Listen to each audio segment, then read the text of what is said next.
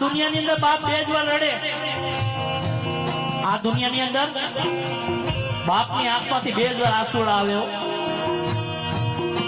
એક દીકરો તર છોડી દે ને કે પપ્પા તમે મારા ભેગા નહીં, તેથી બાપ આ દુનિયાથી હારી જતો હોય મારા બાપ.